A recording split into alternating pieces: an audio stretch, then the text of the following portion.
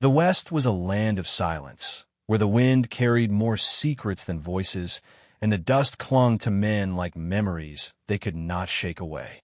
On nights like this one, the earth seemed to breathe slower, as if holding something back. The horizon was painted with the last streaks of dying light, crimson and violet spilling like ink across a fading sky. Inside a weathered ranch house, far from the laughter of towns and the clamor of saloons, a man sat alone. They called him the Giant, not for kindness nor wisdom, but for his size and strength. His shadow often stretched longer than others, and his silence longer still. By the fire, he sat with a mug of bitter coffee gone cold, his large hands folded as if they had forgotten their purpose. Once, those hands had built fences, broken horses, and even held a woman close. But those days had slipped through him like water through cracked wood.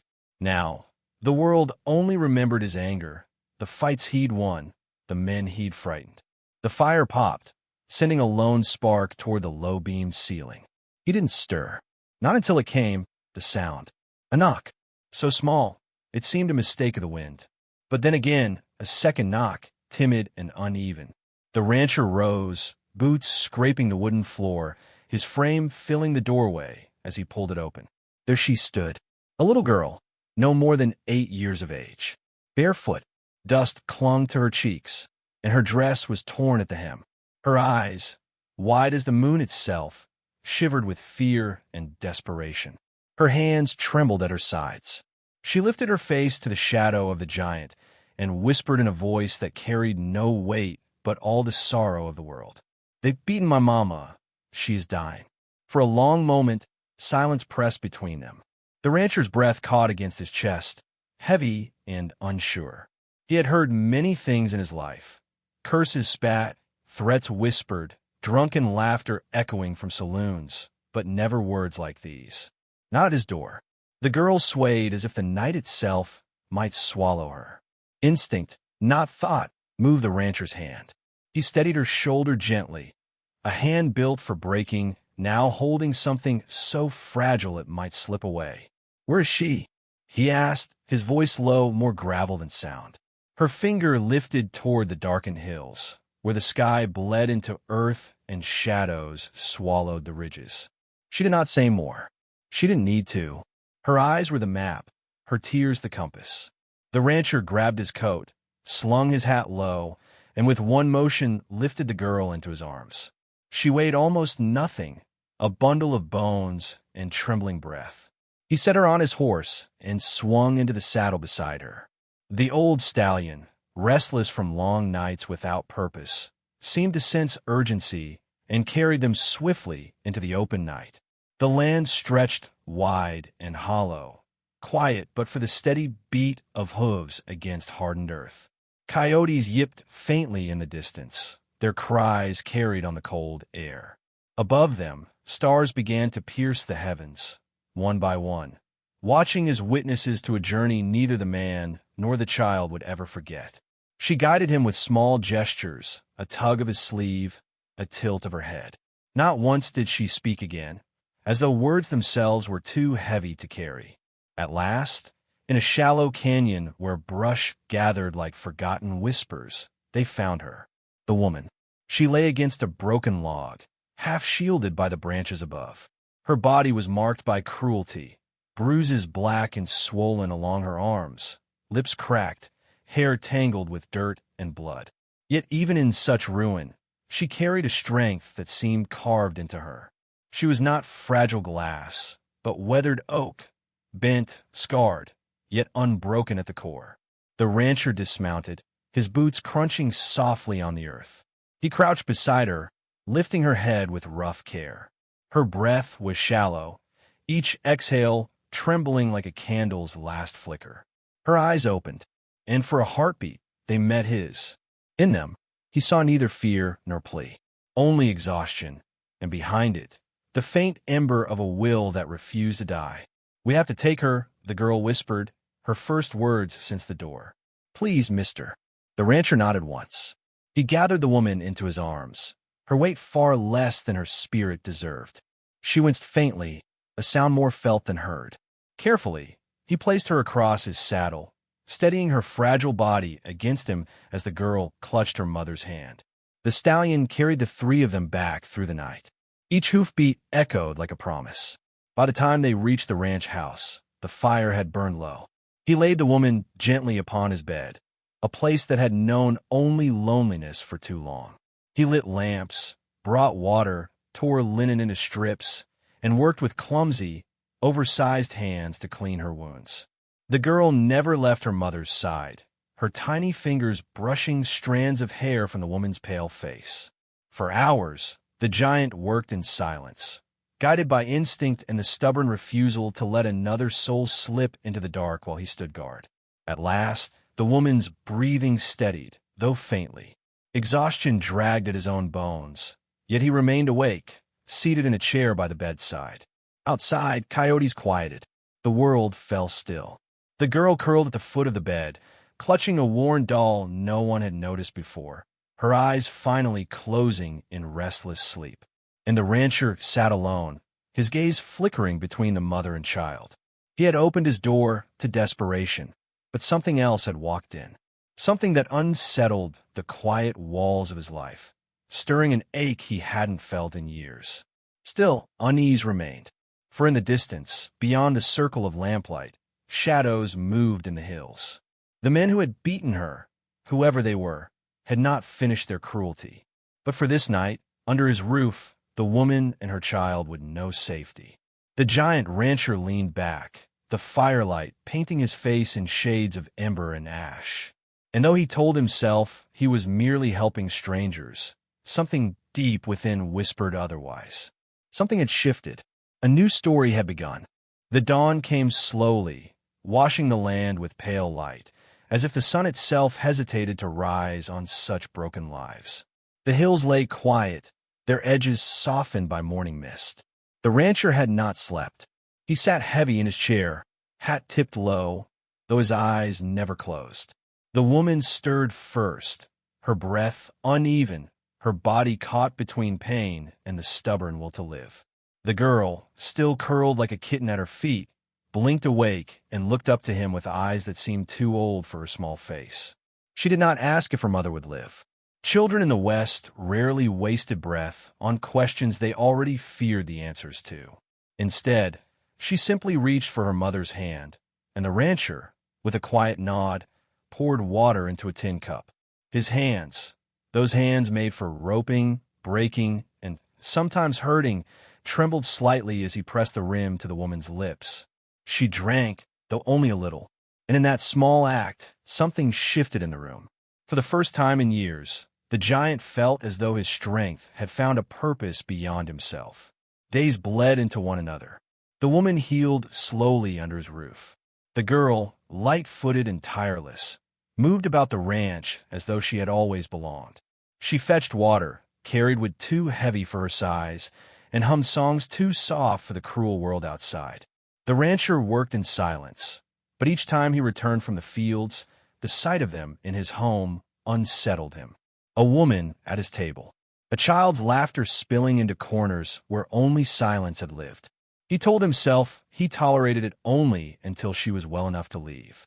Yet his eyes betrayed him, lingering too long on the fragile strength of the woman, on the way her presence softened even the old scars in the air. One evening, while the fire licked low and the girl slept soundly on a blanket, the woman spoke. Her voice was raspy, broken by both injury and years of swallowing pain. She did not tell her story in order. Wounds rarely do. Instead, pieces of memory fell from her like shards of glass. Jagged, sharp, impossible to gather without bleeding. She had trusted a man once, promised herself and her child's safety beneath his roof. But promises are cheap currency in the Wild West, and cruelty often comes disguised as love. His words had been sweet, his hand gentle at first. But over time, his temper became her cage, his fist the law of their household. One night, his wrath had nearly stolen her life. That night, the girl ran barefoot into the desert and found the rancher's door. The woman stopped speaking then, her face turned toward the fire. Shame flickered in her eyes, though she had no reason to carry it. The rancher wanted to tell her so, to remind her that the fault of cruelty lies only with the cruel. But words sat heavy in his throat, strangers to him. He only stared at the flames, jaw set, chest tight. Still, his silence was not empty. Sometimes, silence is the truest way to listen, and she seemed to know it. Later that night, when she finally drifted to sleep, he walked outside beneath the vast sky. The stars were mercilessly bright, scattered like shards of glass across an endless black table. He leaned against the fence rail, his hands gripping rough wood, memories stirring like restless cattle. He too had once been broken by someone he trusted. Long ago, when his frame was strong but his heart still soft. A woman had loved him for his strength, until that strength failed her. She had left, and the town whispered that the giant was nothing but anger wrapped in skin. From then on, he had carried the weight of their words, wearing solitude like a coat. And now here, in the quiet of night, the sight of a beaten woman and her child reopened old wounds he thought long sealed. But unlike the bitterness that once filled him, something different flickered now, a sense of duty, and perhaps, though he dared not name it, a faint light of hope. The following days brought small, tender moments, fragile as moth's wings. The woman, though weak, insisted on helping. She mended a torn shirt of his with stitches so fine his rough eyes could barely see them. She spoke little, but her hands were steady, as if proving to herself that she was not helpless. The girl began to follow him into the fields, her little legs chasing the stride of his long ones. At first, he scowled, muttering that ranch work was no place for children. But when she looked up with those stubborn, bright eyes, he sighed and slowed his pace, letting her hand slip into his. Her laugh that day, small, triumphant, carved a notch in the silence of his life. Not everyone in town approved. When the rancher rode in for supplies, whispers chased him. Folks leaned on porch rails, murmuring that the giant had taken in strays. Some smirked, others spat tobacco and muttered that a man like him had no business playing caretaker. He ignored them, but the words stuck like burrs in his mind. Later, when he returned home, he watched the woman at his table, her daughter humming as she braided straw into little shapes, and he realized something. For once, he did not care what the town thought. Their eyes had always seen only his size, his fists, his silence. But these two souls looked at him differently. They saw not a monster, but a man. And in their gaze, he remembered he was human. That night, as the wind howled against the shutters and the lamps burned low, the woman finally said the words he had not expected. "Why are you helping us?" He looked at her, the shadows of the fire painting her bruised face in softer colors. He did not answer at once. His thoughts moved slowly, like cattle in heavy mud. "Because," he said finally, "no one helped me when I needed it most." Her eyes softened. She did not thank him, not with words. Instead, she simply nodded, and in her silence was a respect that weighed more than gratitude. The girl, half asleep, murmured in her corner, clutching her ragged doll.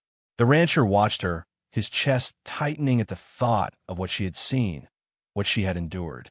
A child's laughter should be wild, reckless, unburdened. Yet hers carried shadows, and for reasons he could not name, he wanted to change that. Days turned into weeks. The woman's wounds began to fade, leaving scars both visible and hidden. She moved through the house with more steadiness, her presence no longer that of a stranger, but of someone who belonged. The girl, too, blossomed, her once haunted eyes brightening each time she ran across the yard or tugged at the rancher's sleeve. Yet beneath this quiet rhythm, unease lingered. The West rarely let peace last long, and though the woman never spoke the man's name, the one who had beaten her, the rancher knew in his bones that men like that do not simply vanish. Somewhere beyond the hills, cruelty still breathed. It would come searching. Still, for now, under the dim light of the lantern and the warmth of the fire, a fragile bond grew between them. It was not love yet, not the kind spoken in vows or written in letters, but it was something older, steadier, the kind born of shared silence, of wounds seen and not judged, of strength offered without demand. For the first time in many winters, the rancher felt the weight of his solitude begin to lift. And though he could not yet name it, he had begun to feel not just responsible for them, but connected to them, as though their survival was now stitched into his own. The fire cracked softly, the girl's breathing slowed into sleep, and the woman's eyes closed with less fear than before. The giant sat watching them, knowing that the past was still chasing, but unwilling to let it reach them. For now, they were his to protect, and that was enough. The West was not known for softness. It was a land of grit and dust, where the strong took what they could and the weak were forgotten. Yet inside the giant's ranch house, something unexpected had begun to stir, a warmth the man himself barely understood. It started small. The girl's laughter returned, hesitant at first, like a bird testing broken wings. She chased chickens across the yard, tripped over her own small feet, and laughed until her face lit brighter than the sun.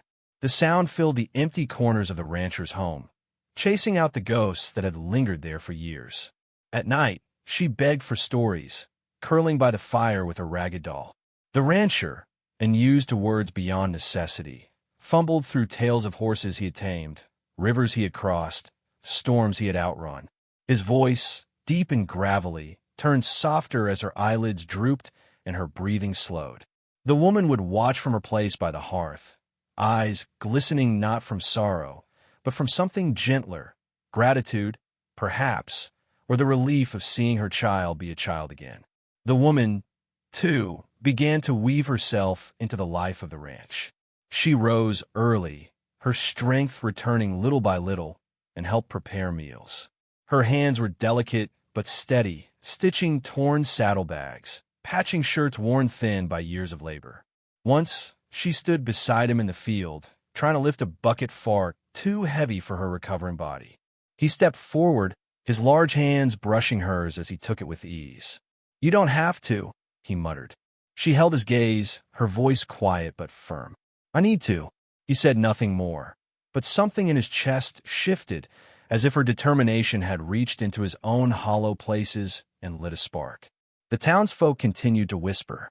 Each time he rode in for supplies, eyes followed. Men tipped their hats with smirks, women shook their heads, and children whispered stories of the giant who had been softened by strays. He ignored them, but their voices lingered like gnats. One evening, as he loaded flour and coffee onto his horse, a ranch hand from a neighboring spread sneered. "Ain't like you, giant talking a woman and a brat. Folks say you're turning into something soft." The rancher turned slowly, his height casting shadow over the man. For a long breath, the air held tight, expecting fists. But instead of violence, the giant's voice came low, steady, and dangerous. Better soft than a coward who raises his hand to the helpless. The ranch hand's smirk faltered. The onlookers fell quiet, and the giant rode out without another word.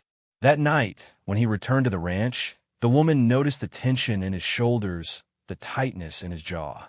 She said nothing. Instead, she placed a bowl of stew in front of him, and for the first time in years, he felt that someone had seen the battle he fought in silence. The girl grew bolder in his presence. She began to follow him everywhere, tugging at his sleeve, running beside him with small legs that struggled to match his long strides. When he carried hay bales, she tried to lift one too, her tiny arms straining. He watched her, half amused, half worried, and finally crouched to her level. "Strong doesn't come from carrying weight," he told her. "Strong comes from keeping on, even when it hurts." Her eyes, wide and earnest, studied his weathered face. "Like Mama." He swallowed hard, nodded once. "Exactly like her." The girl smiled, and something inside him, long dead, flickered back to life. It was on a night of starlight that the unspoken bond between him and the woman deepened. They sat outside the ranch, the land stretching endless around them, the sky ablaze with constellations older than memory. The girl had fallen asleep inside, her small frame curled safe in warmth. The woman's voice broke the quiet. "I don't know if we'll ever be safe," she whispered, her eyes on the horizon. "He'll come looking. Men like him, they don't stop." The rancher said nothing at first. His gaze was fixed on the stars, but his hand tightened around the wooden rail of the porch. Then, after a long silence, his voice came, rough but steady. "Let him come. He'll find something different waiting for him." Her eyes turned to him then. For a moment, she saw not the giant the world feared, but the man beneath, scarred, weary, yet unyielding in his resolve. She shifted closer, her voice softer now. "You've carried so much alone." He met her gaze, and in the firelit glow of her eyes, he allowed himself the truth he had buried for years. "I've been angry at the world for a long time. Thought that's all I was." But then, he glanced toward the door where the girl slept, then back to her. "Then you showed up at my door, and I realized maybe I ain't done living yet." The words hung between them, heavy with meaning. She did not speak. Instead, she let her hand rest lightly on his, a touch small and gentle against the vastness of him. For the first time in many winters, the giant felt his walls begin to crumble. The days that followed carried with them an unfamiliar rhythm. There was laughter in the house now, soft singing in the evenings, and the smell of bread baking where once there had been only cold beans and coffee. The ranch no longer echoed with silence, but with the living sound of a family, though none of them dared call it that. And yet, beneath the fragile peace, shadows lingered. The woman's past still prowled the edges of their lives. Each creak of the wind, each distant rider's silhouette against the hills, tightened her breath. The rancher saw it in her eyes, the fear she could not hide. He reassured her not with words, but with presence. When she glanced toward the window, he was there. When she stirred in the night, trembling from nightmares, his deep voice whispered steady comfort. And slowly, her fear began to ease, replaced by trust she had thought long lost. But peace is never left alone for long in the West. It came on a morning as clear as glass, when the rancher saddled his horse to ride into town. From the ridge, he spotted movement, shadows slipping between the mesquite trees, riders watching from afar. His gut tightened. He knew without asking who they were. The men who had beaten her. The men who believed cruelty was ownership. They were not gone. They were circling. He returned to the ranch with jaw set, eyes dark as storm clouds. The woman knew the truth before he spoke it. Her hand trembled as she grasped his arm, whispering, "He's found us, hasn't he?" The giant did not answer. He only placed his hand over hers, steady and sure. For the first time in years, fear did not paralyze him. Instead, it sharpened into resolve. They had taken enough from her. They would not take again. That night, as the fire burned low and the girl slept soundly, the rancher stood watch by the window. The woman approached quietly, her face pale in the lamplight. "Will you stand against them?" she asked. He turned, his massive frame silhouetted against the darkness outside. His voice, deep and certain, filled the room. "I'll stand for you. For her. For whatever comes." The words carried more than promise. They carried a vow. And in that moment, though the storm had not yet broken, she felt safer than she had in years. The days that followed were thick with silence, the kind that carries warning. The air itself seemed to tighten, the horizon holding its breath.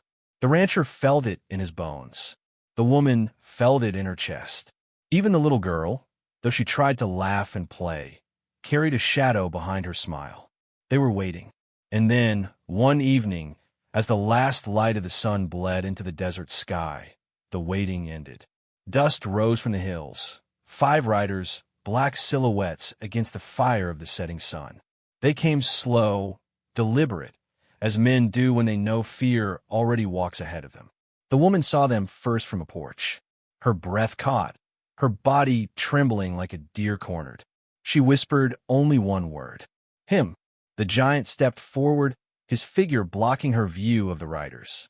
His voice came deep, steady, carved from stone. "Take her inside. Lock the door." The woman hesitated. She wanted to argue, to stand beside him. But the look in his eyes, fierce, unmovable, resolute, silenced her. She pulled the girl close and disappeared into the house, the sound of the latch sliding shut behind them. The rancher stood alone. The riders drew closer. Their leader, the man who had broken promises and flesh alike, tipped his hat with a sneer. "Well, well, thought you'd keep what's mine, giant." His voice dripped with cruelty, each word like spit in the dust. The rancher's jaw clenched, his shadow stretching long in the fading light. "She ain't yours. Not now, not ever." Laughter rippled through the men behind the leader. But the rancher did not waver. He was a mountain, and mountains do not bend to storms. The standoff stretched, the air sharp with tension.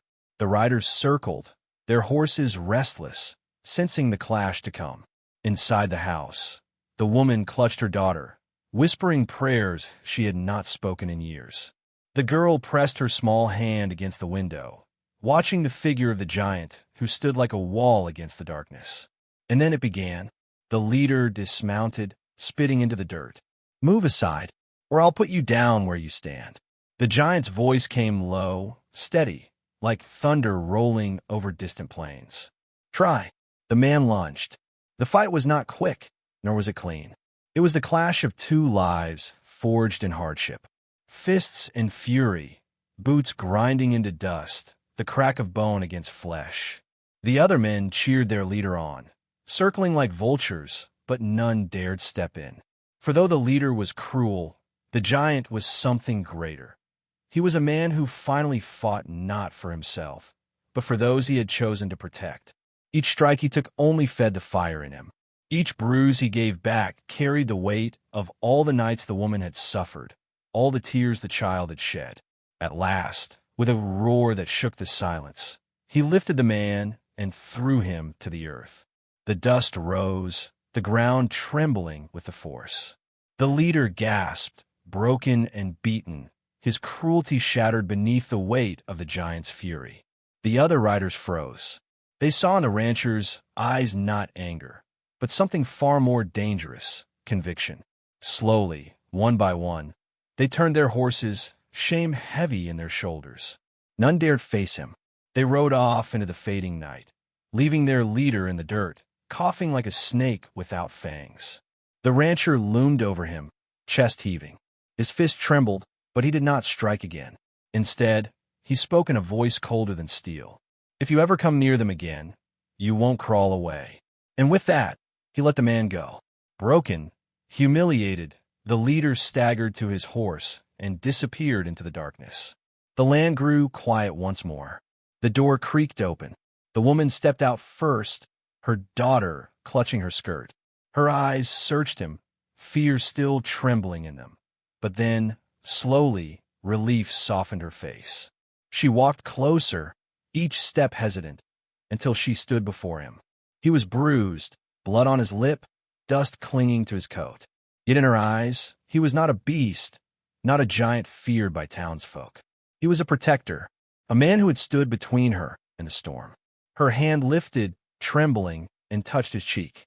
"You fought for us," she whispered. He swallowed hard, his chest tight. "No, I fought with you. You've been fighting far longer than me." Her eyes glistened, and for the first time since he had found her half dead in the canyon, she allowed herself to lean into another's strength. The little girl slipped between them, wrapping her small arms around his leg. And in that moment, beneath the endless sky, a family was born, not of blood but of choice. The weeks that followed carried a different light. The woman no longer flinched at shadows. She moved through the ranch with quiet grace, her smile returning piece by fragile piece. The girl laughed freely now, her voice like bells over the dusty fields. And the giant, once a man of silence and solitude, found himself smiling too, though only when no one was watching. At night, they sat by the fire, the warmth wrapping around them like a blanket. Sometimes the woman would sing, her voice soft, the kind that carries sorrow and hope together in equal measure. The rancher would close his eyes, listening, feeling something bloom in his chest he thought had long died. He never called it love out loud, but love does not always need words. One evening, as the fire crackled low and the girl slept peacefully nearby, the woman turned to him. Her voice was gentle, yet firm. "You gave us a home when we had none." "What?" The rancher looked into the flames, his jaw tight, searching for words that never came easy. Finally he spoke. "Because for the first time in a long while, I wanted to be more than the man folk said I was." You and her, you saw me. Not the giant. Just me. Her eyes softened, and she reached for his hand. Their fingers intertwined, rough and scarred, meeting soft and strong. And in that quiet moment, with nothing but the firelight between them, he knew he would never again be alone. The West was still cruel. Storms still came. But within the walls of that weathered ranch house, kindness had planted roots stronger than hate. And sometimes that was enough to change everything. Sometimes family is not born of blood, but of choice. Sometimes strength is not in fists, but in the courage to protect the fragile, to love what the world tried to break. If this tale touched your heart, share it with someone who might need hope tonight. Tell me, from where are you watching this story? And don't forget to like, comment, and subscribe for more Wild West tales, where love rides taller than fear, and kindness is the bravest weapon of all.